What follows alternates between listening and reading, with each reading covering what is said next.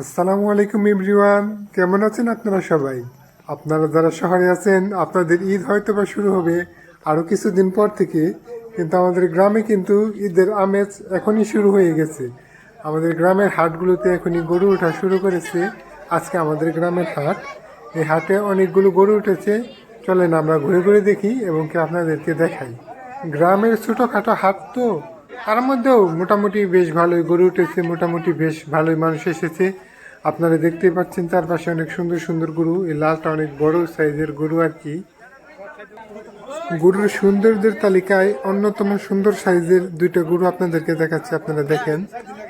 গরু দুইটা আমার চাচাতো ভাইয়ের, বেশ সুন্দর, মাশাল্লাহ, দেখতে শুনতে অনেক বেশি সুন্দর।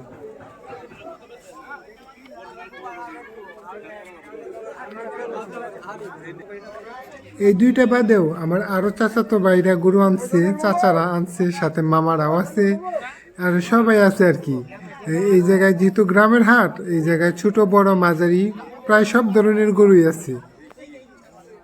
আমাদের মতো প্রত্যন্ত গ্রামের হাটগুলির একটি সুবিধা হলো এই জায়গায় আমাদের হাসিল দিতে হয় না, এই জায়গায় হাসিল নেই। আর কিছু কিছু হাটে হাসিল থাকে, তা আবার খুবই কম পরিমাণে, 100-200 টাকা এরকম আর কি। এখন আপনারা দেখতে পাচ্ছেন হাটের অন্যতম বড় গরুর মধ্যে এইগুলো আছে, আরও অন্যান্য আরও বড় গরু আছে। তো আপনাদের কাছে সব মিলে কেমন লাগলো আমাদের গ্রামীণ পরিবেশের গ্রামীণ হাট? আশা করি ভালো লাগলো। ভালো লাগলে আপনারা শেয়ার করতে পারেন ভিডিও আর কি। আপনারা আজকের মতো এই পর্যন্তই। টাটা, বাই বাই, আল্লাহ হাফেজ।